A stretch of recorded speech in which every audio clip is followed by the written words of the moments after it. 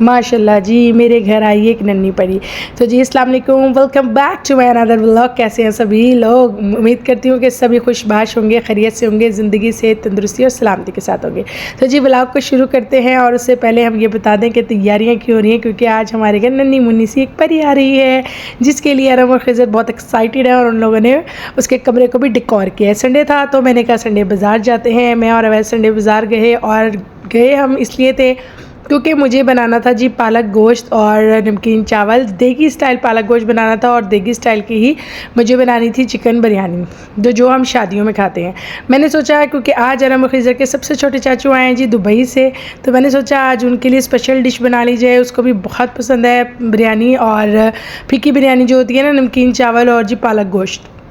लेकिन हमारे साथ फंडा ये हुआ कि कोई भी जगह से हमें पालक अच्छी नहीं मिली और मुझे बहुत गुस्सा आया, नाउमीदी सी भी हुई और दुख भी हुआ कि हर बंदा इस कदर गर्मी में बैठा बेच रहा था लेकिन कोई भी पालक नहीं ख़रीद रहा था, क्योंकि पालक के अंदर अजीब से जो है ना वो मोटे मोटे सुराख थे, मुरझाई हुई पालक थी। जिस तरह एक पालक में ताजगी, एक खूबसूरती होती है, सब्ज़ रंग की एक हरियालीपन अपना ही होता है, वो नहीं था। तो वो एक भाई कहने लगे कि बाजी सैलाब की वजह से ना इसको ना बीमारी लग गई है। मैंने सोचा जब सब्ज़ी को बीमारी लगी हुई है, हम तो वैसे ही बीमार चल रहे हैं, हर तरफ फ्लू, नज़ला, ज़ुकाम, डेंगू, मलेरिया, तो भाई रह नहीं देते, नहीं बनाते। लेकिन जो ये पालक गोश्त ना बनाने का प्रोग्राम पोस्टपोन हुआ ना, उससे मैं अवैस बहुत डिसाइड हुआ और मुझे इतना गुस्सा आया कि मेरी और अवैस की हो गई लड़ाई हुई।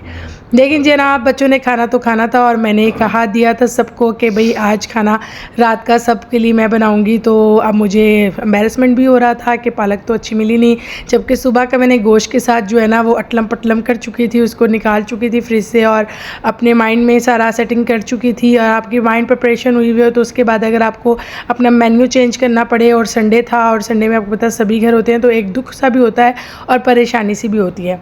लेकिन शुक्र अल्लाह पाक की ज़ात का कि कोई इतना मसला नहीं हुआ, क्योंकि मैं फिर घर आई और फिर मैंने सोचा कि अगर पालक गोश्त नहीं सही तो आज कुछ स्पेशल किस्म का चिकन के साथ ही बना लेते हैं।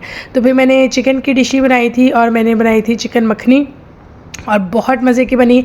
हम सब लोगों ने मिलके ना खाना खाया और बहुत मज़ा आया। अरम खिज़र के जो चाचू आए हैं वो अरम खिज़र के लिए क्या क्या सरप्राइज़ लाए हैं वो सभी आपको इस वीडियो में नज़र आएंगे। तो वीडियो को शुरू से एंड तक आपने लाजमी देखना है। जो लोग मेरे चैनल पर सिर्फ नए हैं वो चैनल को सब्सक्राइब कर दे, बेल आइकन को प्रेस कर दे, कमेंट करें, शेयर करें। हमारे इस्लामपुरे के इतवार बाज़ार की बड़ी रौनक है। यहाँ पर हर तरह की सब्ज़ी, हर तरह का फल, हर तरह की चीज़ मिलती है।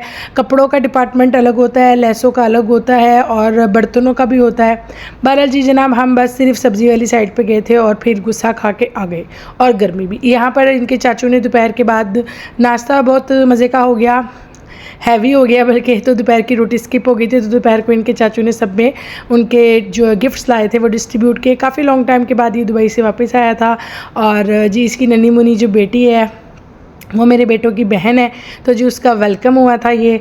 और जी यहाँ पर ये अरहम की चाची फूफो ने और इनकी छोटी जो चाची जान है उन्होंने भेजा था सारा कुछ ये दुबई से मेरे बच्चों को। अरहम और खिज़र को बहुत प्यार करती हैं। स्पेशल थैंक्स है जी हीरा फूफो के लिए और आलिया आंटी के लिए कि उन्होंने अरहम खिज़र को इतने सारे गिफ्ट्स भेजे दुबई से। और शेरी चाचू का भी थैंक्स भाई स्पेशल कि वो लेकर आए, चॉकलेट्स भी लेकर आए, जेलीज़ भी लेके आए। और खिज़र को जो कि कफ़ लगी हुई है और बीमार है तो उसके लिए जी शहद भी आया है। ले जी जनाब मैंने सारा दिन जो है ना गुस्सा भी खाया, साथ में खाना भी पकाया।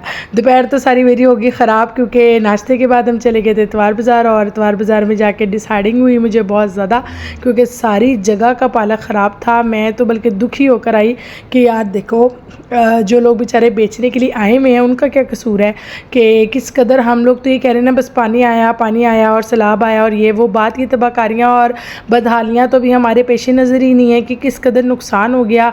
लोगों की ज़मीनों की ज़मीनें रुड़ गई और लोगों का किस कदर नुकसान हुआ है हम लोग इसका अंदाज़ा भी नहीं लगा सकते। आज इतवार बाज़ार जाके मुझे बहुत दुख हुआ कि कई आंटियाँ जो सब्ज़ी बेचती हैं वो भी कह रही थी बेटा आपको क्या पता कि सैलाब से हमारे खड़े धनियों की फसलें उड़ गई, धनिया इसी वजह से महंगा हुआ है। मैं समझ रही थी पता नहीं धनिया क्यों नहीं मिल रहा, लेकिन अब धनिया बहुत नायाब हो गया है, महंगा भी हो गया है, क्योंकि जी धनिया की फसलों को भी बड़े नुकसान हुआ है। और धनिया के आपने देखा है डंडी भी बहुत बारीक है, बहुत अच्छे छिल्लड़ सी, बहुत हल्की हवाई सी, और धनिया मिल नहीं रहा। धनिया अब आप ना 30 रुपीज़ का बाय कर सकते हैं, अदरवाइज़ अब आपको जैसे वो दुकानदार झूंगे मूंगे में देता था ना कि हमने सब्ज़ी खरीदी साथ पा धनिया पा दे, पा थोड़ी जी मिर्चा पा दे, वो वाला सीन मुक गया हूँ। क्योंकि जी धनिया की फसल भी ख़राब हुई है। यानी कि आप सोचें कि कितनी ये अननेसेसरी चीज़ है कि हम बिल्कुल ये गार्निशिंग के लिए डालते हैं एंड पे, और सब्ज़ी के साथ ये वैसे ही दुकानदार अंकल हमें दे देते हैं एज ए गिफ्ट। तो लेकिन अब इस बेचारी धनिया के साथ भी ये जुल्म हुआ है कि धनिया जो है ना वो अब मिलेगा नहीं, क्योंकि वो उसकी भी फसलें ख़राब हुई हैं। तो सोचें आप कितनी फसलें ख़राब हुई हैं, गंदम की फसलें, चावलों की फसलें, इसी तरह बाकी सब्जियों की फसलें। तो ये अभी ये सिर्फ कहना कि यार सैलाब आया, तेरे घर पानी आया, मेरे घर पानी आया, उसके घर पानी है, तो अल्लाह माफ़ करे। ये सिर्फ पानी पानी नहीं हमने खेलना, वाकई में बहुत ज़्यादा इससे जो है फ्लड से मैं कहती हूँ गरीब की तो कमर ही टूट गई है। जिनका जो इस्तात रखते हैं वो तो महंगी चीज़ भी ख़रीद लेंगे, क्योंकि ज़ाहिर सी बात है स्टोर हुआ हुआ अगर आएगा या किसी और जगह से हम लोग पाकिस्तान में मंगवा के चीज़ बेचेंगे तो वो तो ख़रीद सकते हैं। लेकिन जो बेचारा मज़दूर था, किसान था, खेत में हल चलाने वाला था, या वो औरतें जो बिजाई करती थी, उन बेचारों को क्या कसूर के उनकी तो खड़ी फसलें डूब गई और रुड़ गई, और उनका तो सारा माल मता उसके ऊपर लगा होता है। वो मुझे बता रही थी एक आंटी के तकरीबन हमारा 1.5 लाख रुपये लगता है शिमला मिर्च की पनीरी बनाने में। हमने शिमला मिर्च की पनीरी तैयार कर ली है, लेकिन हम उसको बो नहीं सकते। मैंने कहा आंटी क्यों? कहने लगी पुत्र जेड़ी थां ते बोनी है ना उत्थे 3-3 फुट पानी खलोता है, दसो की करिए। तो मेरी आला हुकाम से ये गुजारिश है, अगर तो मेरे प्लेटफार्म से कोई ऐसा शख्सियत इसको वहाँ तक पहुँचा दे और आप सब भी इसकी आवाज़ बने कि प्लीज़ किसानों के साथ सुलह रहमी वाला मामला किया जाए, रहम दिली वाला मामला किया जाए, किसानों के जल्द से जल्द मसाइल को हल किया जाए। अगर उनकी ज़मीनों में उनकी फसलों पर पानी खड़ा है तो जल्द से जल्द मशीनें लगा के, जैसे आला कोठियों में आला दर्जे के अफसरान के घर अगर पानी आ जाए तो फ़ौरन मशीनें लगा के पानी निकाल दिया जाता है। इसी तरह किसानों के ऊपर भी रहम किया जाए। किसान अगर हमारे लिए कुछ बोएंगे तो ही हम लोग खाएंगे, नहीं तो हमारे यहाँ कहत का मामला भी पड़ सकता है। तो मेरी अपील है आप सब लोगों से भी, जो लोग इस व्लॉग को देख रहे हैं, कि ज़रूर इस बात को जो है वो हाईलाइट करें और अपने अपने सोशल मीडिया अकाउंट्स पे इसके मुतालिक कोई ना कोई कंपेन करें कि हमारे जितने भी किसान भाई बहन हैं उनके लिए जो है ना वो मामला अच्छे किए जाएँ। आला हुकाम से गुजारिश है कि जो जितने भी हमारे किसान भाई और बहनें हैं उनके लिए कोई अच्छे वज़ाइफ भी मुख्तस किए जाएँ, उनके लिए जो है उनके प्राइजेस भी कोई दिए जाएँ, उनको पैसे दिए जाएँ, माली इमदाद उनकी की जाए, उनको ज़रूरी तौर पे दोबारा मजबूत बनाया जाए, क्योंकि अगर वो मजबूत नहीं होंगे तो हम बहुत ज़्यादा खसारे में चले जाएंगे। अभी तो हमें धनिया ख़रीद के इस्तेमाल करना पड़ रहा है, जो कि बहुत ही लागत सिचुएशन का मिल रहा है। अभी हम लोगों को शिमला मिर्ची आगे नहीं मिलेंगी। अभी बहुत सी ऐसी चीज़ें हैं, बहुत सी ऐसी बातें हैं जो हम पे आहिस्ता आहिस्ता आया होंगी। अगर आप बात करें चावल की, तो चावल की खड़ी फसलें रुड़ गई हैं। कई जगह पे चावल की अभी 15 से 20% कटाई हुई थी और चावल की मुंजियाँ तबाह हो गई हैं। आगे चावल मिलेगा या नहीं मिलेगा? मिलेगा तो ज़रूर, लेकिन महंगा मिलेगा। तो प्लीज़ इसके ऊपर ज़रूर गौर किया जाए और जितने भी किसान बहन भाई हैं उनके हक़ में आवाज़ उठाई जाए और उनके लिए कोई खैर मकदम किया जाए। और जितनी भी NGOs काम कर रही हैं उनको सलूट है, उनको सलाम है कि वो सैलाब ज़दगान वाली जगह पे जा रहे हैं जहाँ पर सैलाब की तबाहकारियाँ हुई, वहाँ लोगों को साफ़ पानी पीने का और खाना वगैरह मुहैया कर रहे हैं। अल्लाह पाक ऐसे लोगों को भी अजर अज़ीम अता फ़रमाए और हम लोग सब मिल के ऐसी NGOs के लिए कोशा हैं और हमारे जो है दिल भी उनके साथ हैं, हमारी दुआएँ भी उनके साथ हैं और हम माली तौर पर भी उनकी मदद करेंगे। तो सब लोगों को चाहिए कि वे ज़रूर करें। तो जी जनाब, मैंने बस जब आई तो एक तो मुझे दुख भी बहुत हो रहा था। 2-3 आंटियों से मेरी बात हुई, उनसे सलाम दुआ अच्छी है, सब्ज़ी लेने जाती हूँ तो बहुत दुख हुआ कि यार किस तरह लोगों के जो है ना वो घर बार रुड़ गए हैं और क्या सिचुएशन बनी पड़ी है। बहरहाल अल्लाह पाक सबका हामी और नासिर हो और हम सबको अल्लाह पाक जो है ना सब्र के साथ, हौसले के साथ उन इन सब की मदद करने की तौफीक अता फ़रमाए।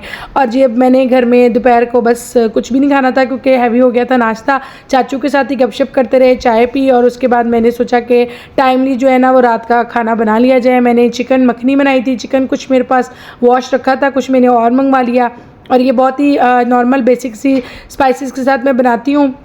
चिकन कढ़ाई ये बिल्कुल मैं बाज़ारी स्टाइल से बनाती हूँ और इसमें मैंने मक्खन एंड पे डालना है साथ मलाई।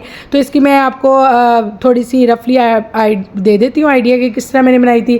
मैंने जी इसमें प्याज जो हैं वो चॉप कर लिए थे, टमाटर भी मैंने चॉप कर लिए थे, साथ में हरी मिर्ची, लहसुन अदरक का पेस्ट और ये सब चीज़ें मैंने 1 से आधे घंटे के लिए ना चिकन में डाल के मैंने रख दी थी और 3 से 5 मिनट का मैंने प्रेशर लगाया नमक मिर्च हल्दी और डाल के। और उसके बाद इसको मैंने भुनाई की। जब पानी खुश्क हो गया तो मैंने इसके अंदर जनाब डाल दिया था घी से बुनाई करने के बाद इसके ऊपर मैंने एक डिब्बा मलाई का डाल दिया था।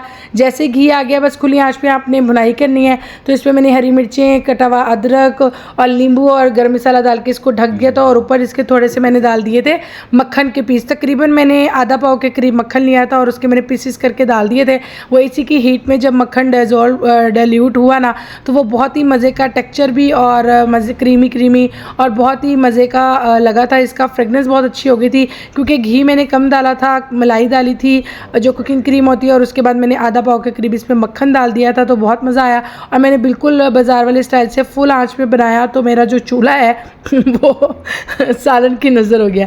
कढ़ाई के भी आसे पासे काफ़ी सालन गिर गया था। अभी तो ये मांजेंगे कढ़ाई तो हमें पता चलेगा। बालाजी जनाब मैंने मखनी कढ़ाई बनाई थी, सबको बहुत पसंद आई। हम लोगों ने मिलके ना खाना खाया, रात का डिनर किया, साथ सैलड बना लिया था मैंने प्याज और खीरे के साथ। फिर मैंने सोचा कि आज क्यों ना नई चीज़ ट्राई की जाए। तो आज मैंने ट्राई की थी जी ये ब्रेड।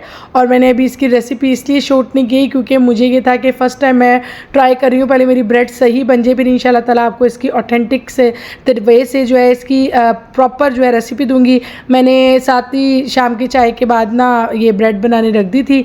ये जब डो बन गई, डो के बाद इसको मैंने 1 आवर का रेस्ट दिया। उसके बाद इसको मैंने इसका एयर बबल्स वगैरह निकाल के इसको मोल्ड में रख के मैंने 1 घंटे का रेस्ट दिया।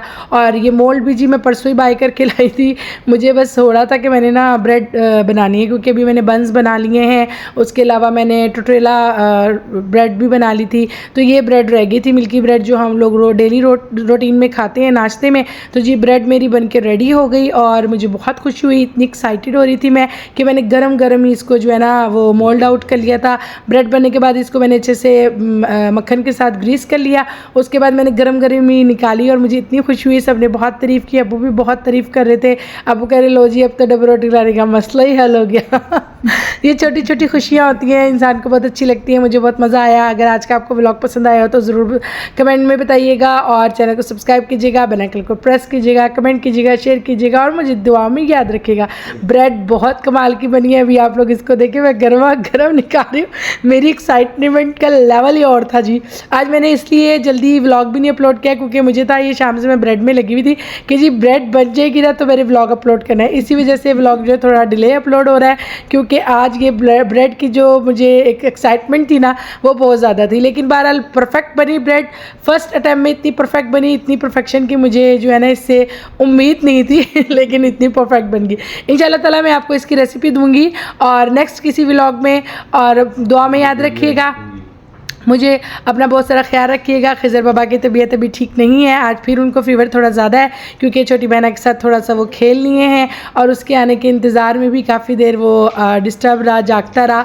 तो बहरहाल उसकी तबीयत ठीक नहीं है। तो खिज़र बाबा के लिए दुआ कीजिएगा, अल्लाह पाक खिज़र को ज़िंदगी से तंदुरुस्ती सलामती अता फ़रमाए और कुल आलम के बच्चों की खैर अता फ़रमाए। और जितने लोग भी डेंगू में मुब्तला हैं, मलेरिया के मर्ज़ में मुब्तला हैं और जितनी भी परेशानियाँ हैं अल्लाह पाक सबकी हेल्प फ़रमाए। और जितने भी सलाफ़तगान लोग हैं अल्लाह पाक उनकी एक ज़बी मदद फरमाए, उनको सब्र दे, उनके माल मवेशी उनके घर बार उड़ जड़ जाने पे अल्लाह उनको सब्र जमीन अता फरमाए। इंसान सिर्फ मदद कर सकता है, दुआ कर सकता है, सब्र देने वाली ज़ात अल्लाह रब्बुल इज़्ज़त की है। अल्लाह हम सबका हामी और नासिर हो। अल्लाह हाफिज़।